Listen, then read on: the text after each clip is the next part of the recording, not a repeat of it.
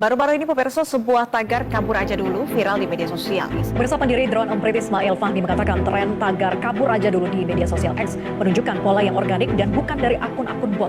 Apa sih yang aku pertahankan di Indonesia? Nggak ada. Tahu nggak kalau tagar gerakan kabur aja dulu jadi perbincangan yang hangat di media sosial? Tagar tersebut bukan hanya sekedar candaan anak muda, melainkan bentuk aspirasi yang menunjukkan bagaimana kekecewaan dan kekhawatiran terhadap keadaan Indonesia saat ini, serta keinginan untuk mencari kehidupan yang lebih baik. Masyarakat merasa diasingkan dan tidak didengar di dalam negeri sendiri. Gerakan kabur aja dulu mungkin terdengar lucu, tapi memiliki makna yang sangat mendalam. Why? Kenapa sih kabur aja dulu itu begitu viral? Jadi awalnya tren kabur aja dulu ini berasal dari X yang dulunya itu Twitter, yang dimana merambat ke TikTok, yang dimana merupakan bentuk kemarahan dan keputusasaan terhadap kebijakan yang tidak pro rakyat. Nah, kenapa jadi viral? Ya karena yang pertama banyaknya Gen Z pada saat ini dan banyak sekali media sosial dan gampangnya mengakses itu. Jadi seperti masyarakat sekarang merasa biaya pendidikan terlalu mahal, gaji lulusan perguruan tinggi tidak sebanding, dan bahkan minimnya lapangan pekerjaan.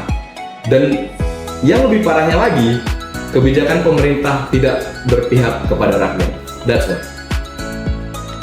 Menurutku, slogan kabur aja dulu bukan semata bentuk lari dari tanggung jawab.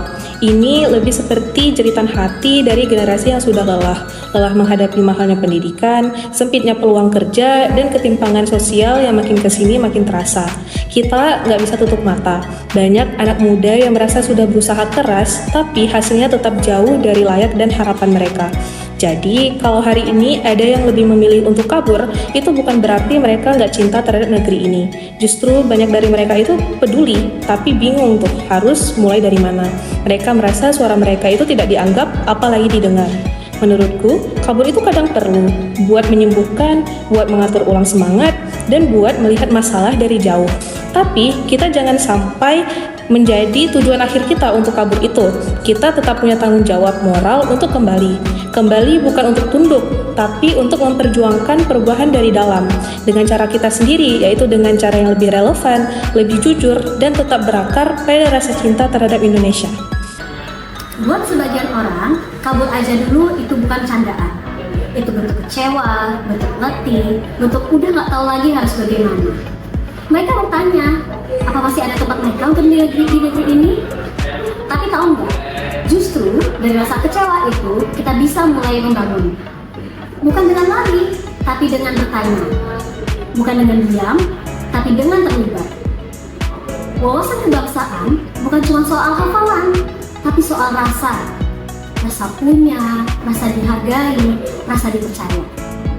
Kalau kita mau perubahan, kita harus jadi bagian dari perubahan itu.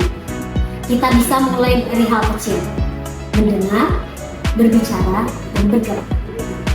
Karena Indonesia bukan cuma soal pemerintah. Indonesia adalah kita. Kamu, aku, dan semuanya yang masih mau percaya. Jadi kalau kamu masih pengen kabur, mungkin sekarang saatnya kembali. Bukan karena semuanya sudah sempurna, tapi karena kita bisa jadi bagian dari penyempurnaan.